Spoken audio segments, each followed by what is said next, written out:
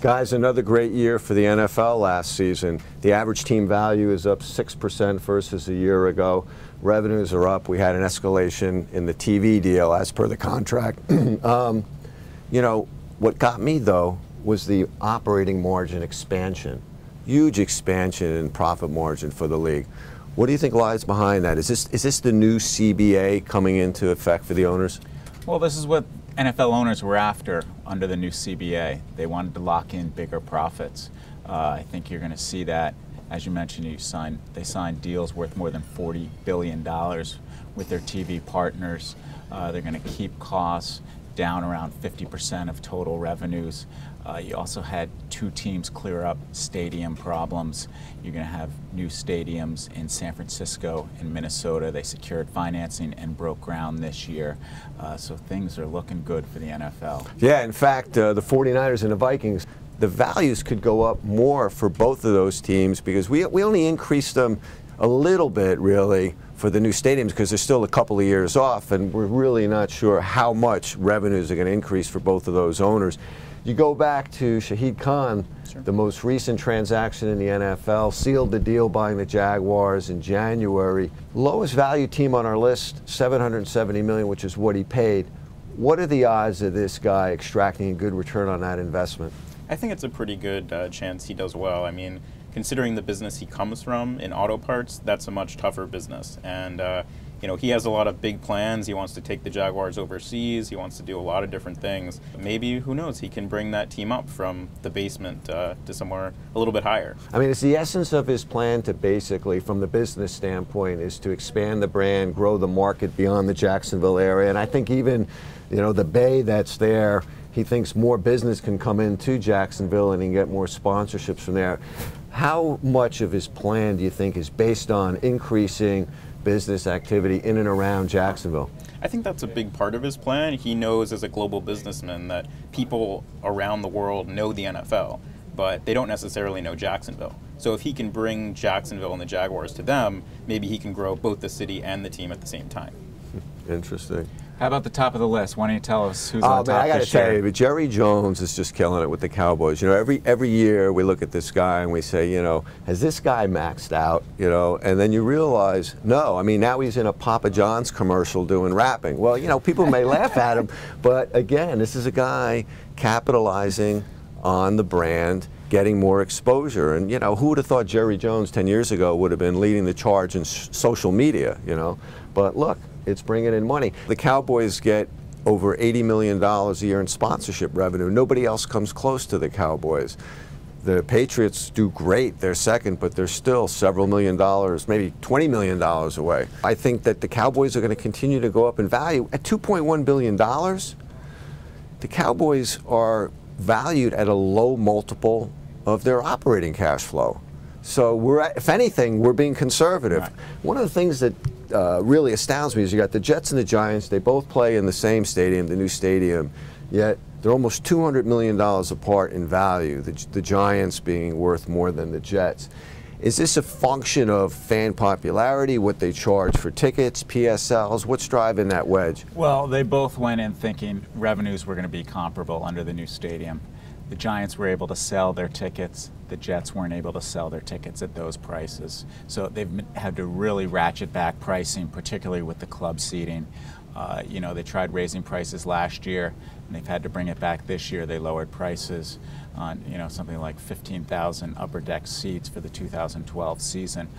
You know, the Jets just don't have the brand cachet to be able to charge what the Giants do in the real premium seating categories, and that's what really separates them. You know, they're splitting suite revenue, sponsorship revenues are comparable, but it's really that ticket revenue that separates the Jets and the Giants. What other teams out there do you think are in somewhat similar circumstances to the Jaguars that could be viewed at as an undervalued asset, where somebody comes in, better marketing skills, maybe better performance on the gridiron, and builds up the value of that team next? I think you got to look at the Oakland Raiders. I mean, they're, you know, in a transition stage right now. Al Davis, you know, who had a hand in the team as owner, general manager, coach, and everything else for almost 50 years, died last year, leaving it to his son Mark.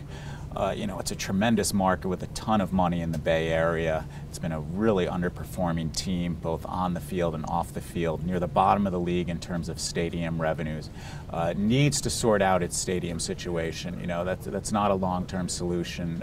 It needs a massive renovation or preferably a new stadium for the Raiders. But I mean, that should be, you know, it's got this tremendous history too. You know, that should be one of the elite NFL teams if it all goes right. And right now we've got them as one of the least valuable franchises in the Lowest NFL. revenue team in the NFL. They had the biggest operating loss last year. Well, you know, you and I were talking the other day about teams that may move and who might go to LA. Could that be a factor into getting the next undervalued team? Is maybe seeing, I got this team, maybe the league will let me move out to LA. I know I've got a new stadium plan out there. Probably have to pay a big relocation fee, a couple $100 million maybe, but what team you think may possibly move out there? Well, I mean, the team we're looking at right now is St. Louis Rams. I mean, they're the ones that are still negotiating with St. Louis to try and figure out their stadium situation. If that doesn't work out, then they could be an option. Oakland is a possibility, or maybe San Diego. It depends. So whoever does get that market could really benefit, though. Yeah, I tend to think Buffalo's going to stay where they are. I think something's going to be worked out to the, you know, with the state there, as far as a new stadium, more stadium revenues. I think the more I look at this, if it's not St. Louis, I think that's going to be worked out next as far as moving to LA. I think the Chargers may actually move. What do you think? Yeah, it certainly seems to be an indifference in the San Diego market. You know, I think they're really fed up with the Chargers pushing to get a new stadium. And, you know, I think the Bills are so ingrained in Buffalo, you know, it's hard to picture them leaving. But a team like San Diego almost seems a little more transient and, you know, could move, you know, up north a little bit to the LA market because, you know, San Diego hasn't, you know, moved forward at all in terms of a new stadium. So I think that's a good candidate. You know, one team I think that's interesting is the Redskins. They've been our #2 team, second most valuable team for years now, and before the Cowboys were the most valuable team. Dropped back to #3 this year. What is going on in Washington? I think it's a combination of two things. The team has been terrible for a number of years. I think that's finally caught up to them as far as increasing their revenues is concerned. I think that's become almost impossible to do at this point because the team just has been so bad. That may change given, you know, the #1 draft pick. Clearly Mike Shanahan knows how to build a winning team. Maybe he'll do that there and they'll get back on track. But I think you also got to give credit to the Patriots for moving up to the #2 spot. The Patriots would do everything right. They built Patriots Place right around Gillette Stadium, so now they've got revenues coming in, not necessarily for every game, but even during the off season. People are going to go shopping, people are going to stay at hotels. So I think you're talking about, again, similar to the Cowboys, very intelligent business people there with the Patriots. So I think that really has sort of cemented them in the #2 spot. I don't think the Redskins are going to catch them anytime soon, but I don't think the Patriots are going to catch the Cowboys anytime soon. Yeah, it's a pretty big gap there, about $500 million in terms of our valuations. You know, the Skins, I mean, attendance was down 7.5% last year. I mean, you don't see that with elite franchises. I mean, that's a big number to drop, you know, with NFL teams who are traditionally, you know, selling out every game. No, I think you're right. I think they used to be an elite franchise as far as playing on the field is concerned, but they haven't been, and that's caught up to their business model. I mean, even in the NFL, eventually, you got to have a good team in order to maximize your revenue. At the end of the day, winning matters. We talked about the Giants and the Jets. The Giants have won 2 Super Bowls recently. What have the Jets done besides made lots of headlines? So that really matters at the end of the day. Winning that Super Bowl, winning lots of games, the Patriots, they're moving up, Redskins moving down, it makes sense.